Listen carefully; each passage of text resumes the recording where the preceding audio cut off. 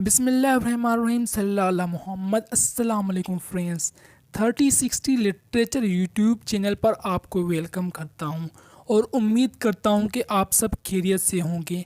आज हम एक्सप्लोर करेंगे कि एक लिटरेरी जिनर जो ना सिर्फ क्लासिकल स्पेनिश और यूरोपियन लिटरेचर में फेमस रहा बल्कि इंग्लिश लिटरेचर पर भी इसका गहरा असर रहा है। शायद आपने कभी नाम ये सुना हो या अगर सुना है तो कंफ्यूज हो गए होंगे इसका मतलब क्या होता है। आज इस वीडियो में मैं डिस्कस करूंगा इस टाइप के नावल की definition, origin, founder, first novel, father of the zener और इसके की कैरेक्टरिस्टिक।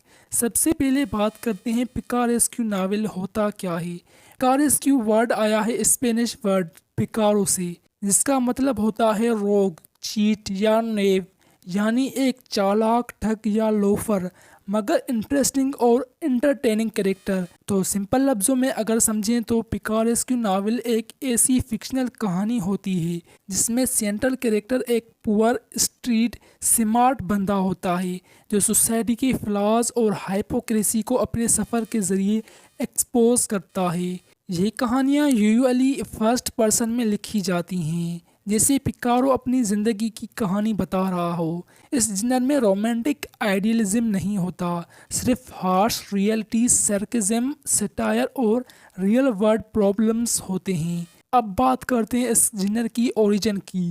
पिकारेस्क्यू नावल का आगाज़ हुआ था 16वीं सेंचुरी स्पेन में। ये वो वक्त था जब स्पेन में क्लास सिस्टम, रिलीजियस करप्शन और सोशल इनजस्टिस बहुत कॉमन था। आम आदमी तंग आ चुका था उन फॉल्स आइडियाज़ से जो नोबल हीरोज़ और फेक मोरलिटी के ज़रिए प्रोमोट किए जाते थे। लिटरेचर ने तब एक नया रुख लिया, जहां ना हीरो किसी राजा का बेटा था, ना उसके पास सुपर पावर्स थी। वो सिर्फ एक आम आदमी, गरीब बंदा था जो ज़िंदगी की चैलेंजेस का सामना कर रहा होता है। इस नए रुख ने जन्म दिया पिकारेस्क्यू नावल को। अब बात करते हैं इंग्लिश लिटरेचर में इस जिनर की एंट्री की। पिकारेस्क्यू नावल स्पेनिश लिटरेचर से निकलकर 17वीं सेंचुरी में इंग्लैंड में इंट्रोड्यूस हुआ।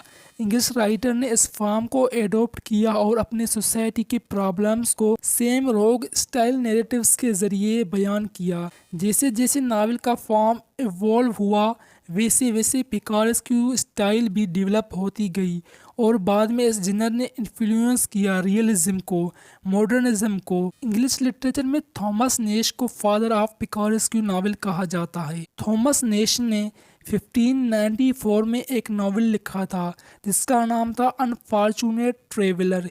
ये नावल इंग्लिश लिटरेचर की पहली पिकारेस्क्यू नावल मानी जाती है।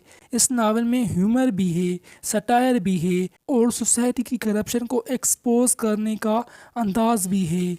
तो दोस्तों याद रखिए, founder of picaresque novel in English literature Thomas Nashe, first picaresque novel in English literature the unfortunate traveller. इसलिए जब भी आपसे पूछा जाए कि इंग्लिश लिटरेचर में पहला पिकारेस्क्यू नावल किसने लिखा या कौन है इसका फाउंडर और फादर, तो सीधा जवाब होगा थॉमस नेश और नावल का नाम होगा द अनफॉर्चुनेट ट्रेवलर। दोस्तों चलिए अब इस नावल की कैरेक्टरिस्टिक को डिस्कस करते हैं।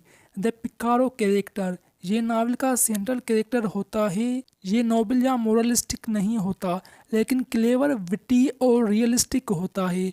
वो सोसाइटी का हिस्सा है। लो सोशल स्टेटस, पिकारो आमतौर पर पुअर बैकग्राउंड का होता है।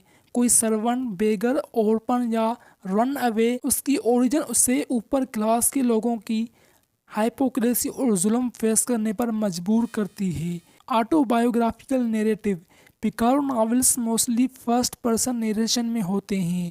पिकारो अपनी लाइफ स्टोरी सुनाता है जिसमें नए नए एक्सपीरियंस के साथ वो और ज़्यादा चालाक होता है। एपिसोडिक प्लॉट स्ट्रक्चर, इन नावल का स्ट्रक्चर एपिसोडिक होता है, मतलब एक सेंट्रल कहानी होती है जो छोटी छोटी इंडिपेंडेंट एपिसोड्स में बंदी होती है।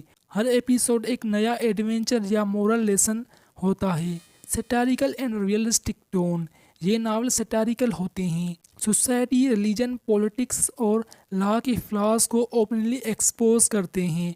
इसमें रोमांस का फैंटेसी नहीं होती बल्कि बिटर रियलिटी होती है। मोरल स्टेजिनेशन, पिकारो का सेंट्रल डेवलपमेंट नहीं होता, वो मॉरली रिफॉर्म नहीं होता, वो जैसा स्टार्ट में होता है ऑलमोस्ट वैसा ही एंड में रहता है, प्रैक्टिकल, सेल्फिश और रियलिस्टिक। तो दोस्तों ये था एक सफ़र पिकारेस्क्यू नावल के अराउंड।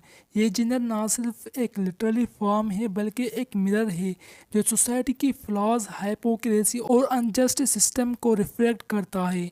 पिकारो एक हीरो नहीं होता बल्कि उसकी कहानी रियल होती है, उसकी वर्ड व्यू हार्श होती है लेकिन सच होती है, और इसीलिए पिकारेस्क्यू नावल आज भी रिलेवेंट है क्योंकि दुनिया भी अब वैसी ही चालाकी से और सर्वाइवल से चल रहा है जैसे एक पिकारो की ज़िंदगी चल रही हो। दोस्तों मिलते हैं नेक्स्ट लेक्चर में, अब तक के लिए अल्लाह हाफिज़।